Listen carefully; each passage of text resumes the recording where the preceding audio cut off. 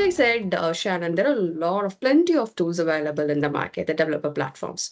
So, how do we choose the right developer platforms? Or are there any key features to look at? Yeah, so I think of it like this.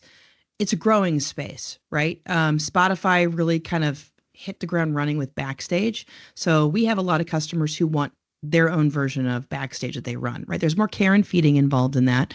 So the platform engineering teams have to be able to handle supporting Backstage. And then we see customers who embrace a platform engineering model that's hosted. So for instance, Harness's internal developer portal or IDP, it is hosted Backstage. So I think of it like this. We want to make sure that, the ease of use is a big part of it. So going back to my earlier example, the idea that developers could use their iPad to go develop, that's a very different world. Historically, customers would have to have, their own machine that would be built and designed to be able to build and release code.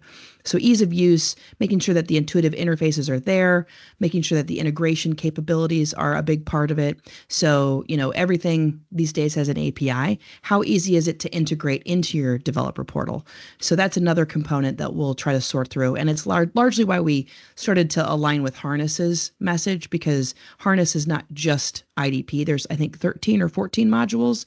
They all sort of hook in together, and it's a lot of different components. It's CI, CD, there's IDP, right? There's infrastructure as code, there's chaos engineering. You can inject fault into your applications and make sure that it's resilient. You can do code scanning, right? There's so much, even cloud cost management, right? Bringing it to developers so they can kind of see what their actual spend looks like. So the integration capabilities are a big part of it. And I think if customers are out there trying to figure out how can we get a portal, look at what you actually need and figure out, does that integrate well with this platform? In theory, they all do, but then it's always like the level of effort. What do I have to do to make this tool and this tool and this tool work together? And that should be kind of the boiler template of, if it's super difficult, meaning it's going to take a bunch of cycles, maybe we work towards streamlining and going towards like a hosted model, right? Security, making sure that security is there related to RBAC, related to data encryption, compliance, right? That's a big world. I think it's hard for any company out there these days to live in the realm of non-regulated requirements. So making sure that whatever tool you choose adheres to your security standards.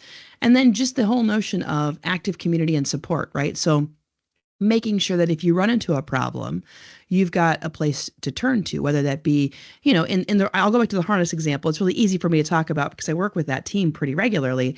But if there's ever an issue with their IDP, we've got capabilities of opening up a support ticket and getting escalated support because we're a partner of them, right? So we can kind of help customers out with, we ran into a weird bug. And I mean, they do builds and releases of the modules they have in their environment pretty regularly, and it's seamlessly, it's behind the scenes. But sometimes we have some snags. It's the nature of the beast.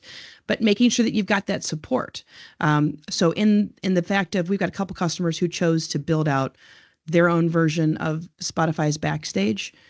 If they run into problems, it's sort of up to them to figure it out, right? So then it's just like, well, now we're taking a ton of time away from developers to go and sort through it.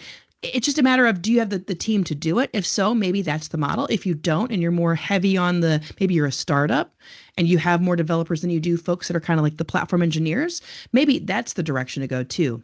So I think of it like that, right? Integration capabilities, security, making sure that there's active community and support, and maybe even scalability to some degree, right? We want to make sure that this platform can support growth.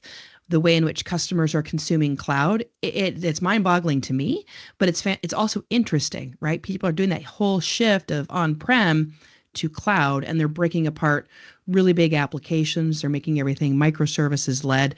So, figuring out whatever, you deploy, is it scalable, right? And I think that's another area to focus on as well.